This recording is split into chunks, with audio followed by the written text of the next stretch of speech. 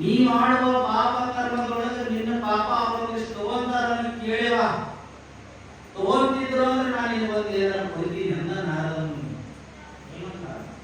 ಹೊರಡಪ್ಪ ಅಲ್ಲಪ್ಪ ನಾನು ಒಬ್ಬನಿಂದ ಕಸು ಒಬ್ಬನ ಮಾಡತ್ತೇನೋ ಅವನ ಇಲ್ಲ, ನೀ ಬರುವುದು ನಾ ಇದೆ, ನೀ ಮನೆಗೆ ಹೋಗಿ ಕೇಳಿ ಬರುವುದು ನಾ ಇದೆ ಅಂತೀನಿ. ಇವಾಗ ನಾನು ನಂಬಲ್ಲ ಅಂದ್ರೆ ಏನ್ ಮಾಡು, ಬಿಡು ಕಟ್ಟಿ ಹಾಕ್ತೀನಿ ನಮ್ಮ ಹೊರಡ ನಿಂಗೆ ಬಿಡು ಕಟ್ಟಿ ಹಾಕ್ತೀನಿ, ಕಟ್ಟಿ ಹಾಕಿ ಮನೆಗೆ ಹೋಗಿ ಕೇಳಿ ಬರ್ತೀನಿ ನಾನು. ಆಯ್ತು ಅಂದ ನಾರದು.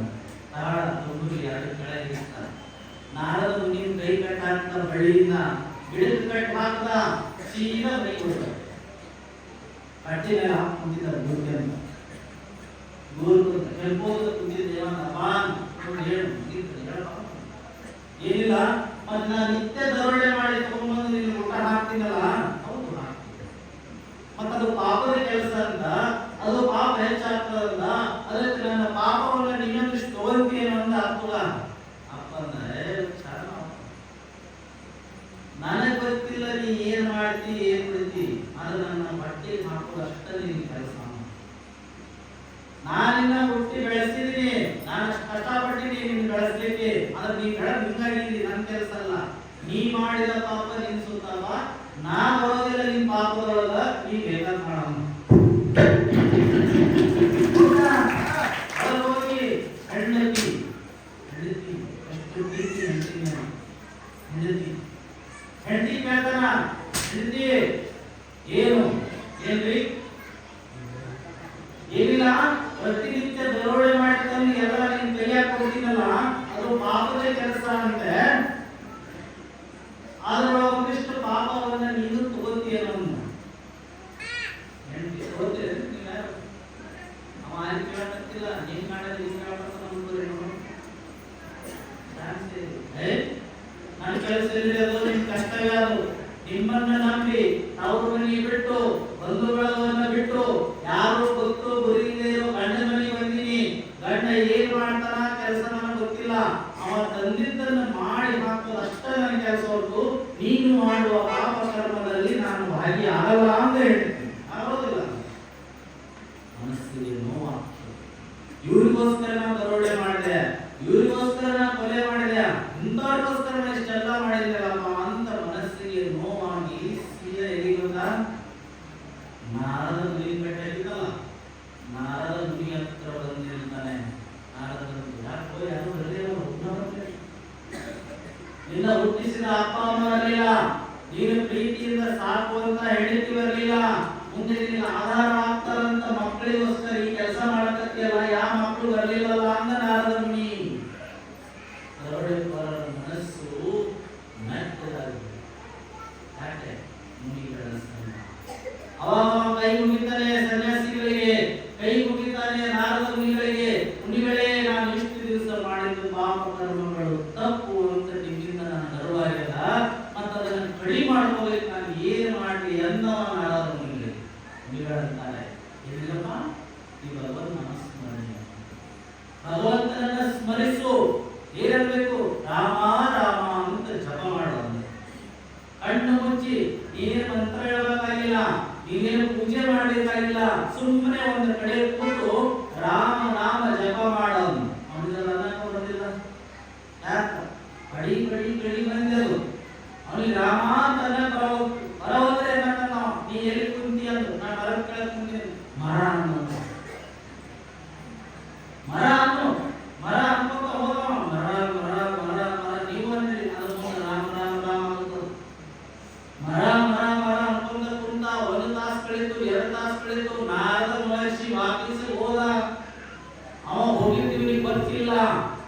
6 ತಿಂಗಳು ಕಳೀತು, ವರ್ಷ ಕಳೀತು, 3 ವರ್ಷ ಕಳೀತು. ಇವನ ಸುತ್ತ ಎಲ್ಲ ಹುತ್ತು ಬೆಳೆತು, ಇವನ ಸುತ್ತ ಎಲ್ಲ ಹುತ್ತು ಬೆಳೀತದೆ. ಇವನು ಎಚ್ಚರಿಲ್ಲ, ಎಲ್ಲದನ್ನ ಮರ ಮರ ಮರ ಅನ್ಕೊಂಡ. ನಾರದ ಮಹರ್ಷಿಗಳು 4-3 ವರ್ಷ ದಾರಿಗೆ ಬಂದ್ರು.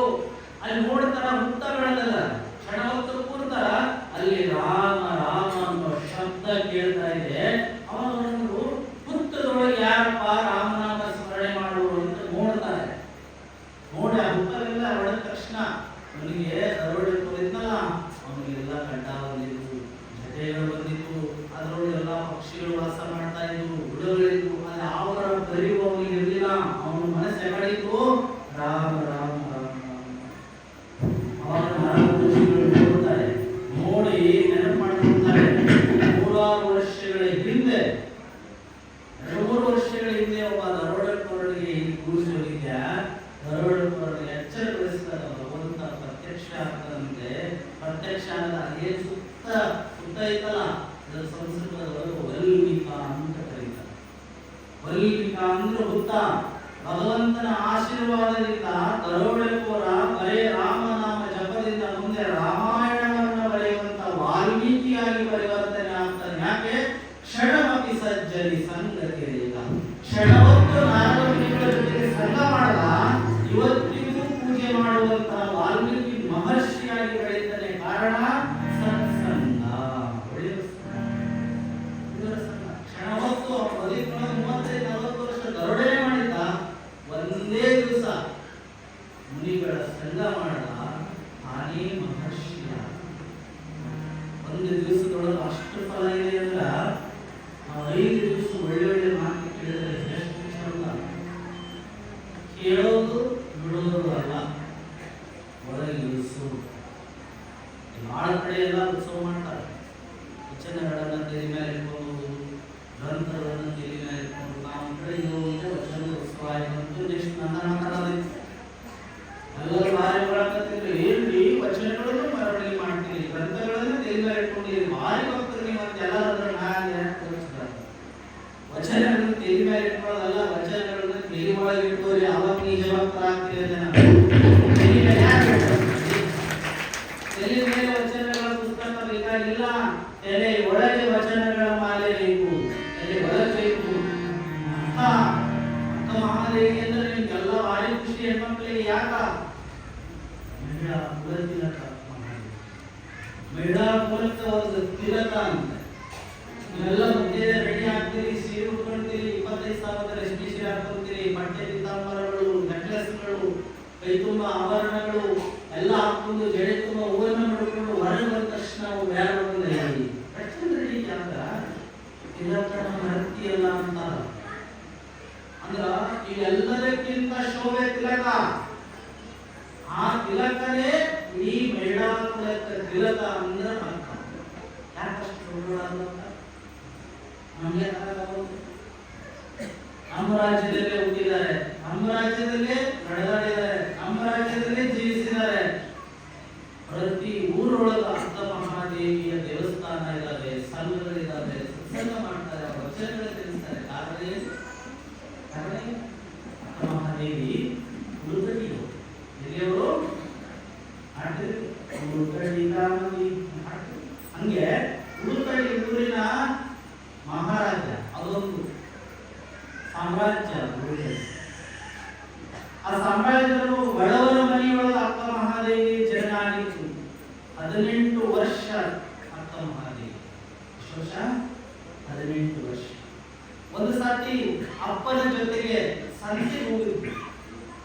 ಅಪ್ಪನ ಜೊತೆಗೆ ಸಂತಿಗೆ ಹೋಗಿತ್ತು ಅಕ್ಕ ಮಹಾದೇವಿ. ಆ ಸಂತೆಗೆ ಹೋದ ಸಮಯದಲ್ಲಿ ರಾಜಬೀದಿಯೊಳಗ ಆ ಊರನ್ನ ಆಳುವ ಕೌಶಿಕ ಮಹಾರಾಜ ತನ್ನ ಅರಮನೆಗೆ ಹೋಗಬೇಕಾದ್ರೆ ರಥದೊಳಗೆ ಕೂತಿದ್ದ. ಅವಾಗ ತಿರುಗಿ ನೋಡ್ತಾನೆ. ಕೌಶಿಕ ಮಹಾರಾಜನ ಕಣ್ಣಿಗೆ ಅಕ್ಕ ಮಹಾದೇವಿಯವರು ಕಾಣಿಸ್ತಾರೆ. ರಾಜಾಂಗ ನೋಡ್ತಾನ, ರಾಜನ ಮನಸ್ಸು ಸೋಲ್ತದೆ. ಅಷ್ಟು ಸೌಂದರ್ಯವತಿಯಾಗಿದ್ದು ಕೌಶಿಕ ಮಹಾರಾಜನ ಮನಸ್ಸು ಸೋಲ್ತದೆ. ಅವ ಅರಮನೆಗೆ ಹೋಗ್ತಾನ. ಅರಮನೆಗೆ ಹೋಗಿ ಮಂತ್ರಿಗಳನ್ನು ಕರೆಸ್ತಾನ. ಇದೀಗ ಸಂತೆಯೊಳಗೆ ಒಬ್ಬ ಯುವತಿಯನ್ನು ನೋಡಿದ್ದೇನೆ, ಅವಳನ್ನ ವರಿಸಬೇಕು, ಅವಳನ್ನ ಮದುವೆಯಾಗಬೇಕು, ಈ ಉಡುತಡಿ ಸಾಮ್ರಾಜ್ಯಕ್ಕೆ ಅವಳನ್ನ ಮಹಾರಾಣಿಯನ್ನಾಗಿ ಮಾಡಬೇಕು. ಯಾರ ಮನೆಯವರು ಕರ್ಕೊಂಡ್ಬರ್ರಿ ಅಂತಾರೆ. ರಾಜಾಜ್ಞೆ.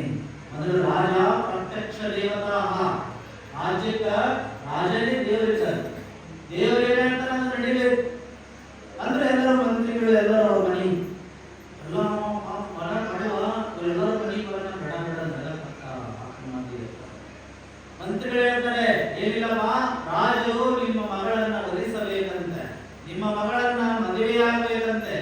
ನಿಮ್ಮ ಭಾಗ್ಯ ತೆರೀತು, ನಿಮ್ಮ ಹಣೆ ಬರ ಅದಾಯ್ತು, ನೀವು ಇನ್ನು ರಾಜವಂಶಸ್ಥರಾಗ್ತೀರಿ, ರಾಜರಿಗೆ ಬೀಗರಾಗ್ತೀರಿ, ದಾರಿದ್ರ್ಯ ಹೋಗ್ತದ, ಬಡತನ ಹೋಗ್ತದ, ಶ್ರೀಮಂತಿಗೆ ಬರ್ತದೆ. ಕೊಡು ನಿನ್ನ ಮಗಳನ್ನ ಅಂದ್ರೆ ಅವರು ಮಕ್ಕಳಂತಾನೆ ಮಗಳನ್ನ ಕೇಳ್ತಾನೆ. ಮಗಳಂದ್ರು ಮಗಳಂದ್ರು ಅಲ್ಲೇ ನಾನು ಆಗೋದಿಲ್ಲ, ಮನಸ್ಸು ಬೇರೆ ಕಡೆ ಇತ್ತು ಅವ್ರು ಮಾಡಿ ರಾಜಾಜ್ಞೆ ಎಷ್ಟು ಒಳ್ಳೆಂದ್ರು ಕೇಳಿಲ್ಲ. ಅವಾಗ ಒಂದು ಕಂಡೀಷನ್ ಅಕ್ಕಮಹಾದೇವಿ ಅಂತಾರೆ, ಒಂದು ಕಠಿಣವಾಗಿರೋ ಕಂಡೀಷನ್ ಹಾಕ್ತಾರೆ ರಾಜನಿಗೆ. ಮಂತ್ರಿ ಹೇಳ್ತಾರೆ, ಆಯ್ತು ಮಂತ್ರಿ ಹೋದ, ರಾಜನ್ ಅವರು ನಿಮ್ಮನ್ನು ವರಿಸಬೇಕಂದ್ರೆ ಅವರೊಂದು ಕರಾರು ಏನು, ನನಗ ಮನಸ್ಸು ಬರೋವರೆಗೂ ನನ್ನ ದೇಹವನ್ನು ಮುಟ್ಟಬಾರದು ನೀವು ರಾಜ, ಅಂದ್ರೆ ಮದುವೆ ಆಗ್ತೀನಿ ಅಂದ್ರೆ. ನನಗ ಮನಸ್ಸು ಬರೋವರೆಗೂ ರಾಜನನ್ನ ಸ್ಪರ್ಶಿಸುವ ಹಾಗಿಲ್ಲ ಅಂದ್ರೆ ನಾವು ಅರ್ಜಿನ ಮದುವೆ ಆಗ್ತೀವಿ. ರಾಜ ಅಂತ ಅದೇ ಮದುವೆ ನೋಡಿ ಯಾರು ರಾಜ ಮದುವೆ ಮಾಡಿಲ್ಲ ಮುಂದೆ ಮೂವತ್ತಾರು ಅವನಿಗೆ ತಿಳ್ಕೊಂಡ ರಾಜ ಒಪ್ಕೊಂಡ, ಮದುವೆ ಆಯ್ತು. ಅರಮನೆಯೊಳಗ ಅಕ್ಕಮಹಾದೇವಿ ವಾಸ ಪ್ರಾರಂಭ. ಸ್ವಲ್ಪ ದಿವಸ ತಿಂಗಳ ಹೊತ್ತು ಕಳಿತು, 2 ತಿಂಗಳ ಹೊತ್ತು ಕಳಿತು. ಒಂದು ದಿವಸ ರಾಜ ಅಕ್ಕಮಹಾದೇವಿ ಒಬ್ಬಳೇ ಕೂತಾಗ ನೋಡ್ತಾನ, ಮನಸ್ಸು ಮತ್ತೆ ಬಯಸ್ತದೆ.